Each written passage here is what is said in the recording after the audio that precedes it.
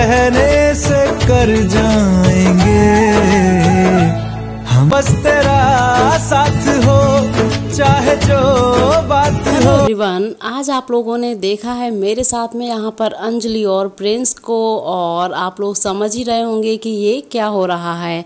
और मैं आपको बता भी चुकी हूँ कि अंजलि और प्रिंस की एक बहुत ही बड़ी एल्बम आने वाली है, तो ये इसी की तैयारी में लगे हुए हैं। ओ तेरे कहने से कर जाएंगे ये चमकीले नैना क्या काम सितारों। सो फ्रेंड्स, आप लोग कितना एक्साइटेड हैं अंजलि और प्रिंस को एक साथ देखने के लिए? अपने कमेंट्स में ज़रूर बताइएगा, और जिसके सबसे ज़्यादा और अच्छे कमेंट्स होंगे मैं उनके कमेंट को पिक करूँगी अपनी नेक्स्ट वीडियो में। हम मर जाएंगे।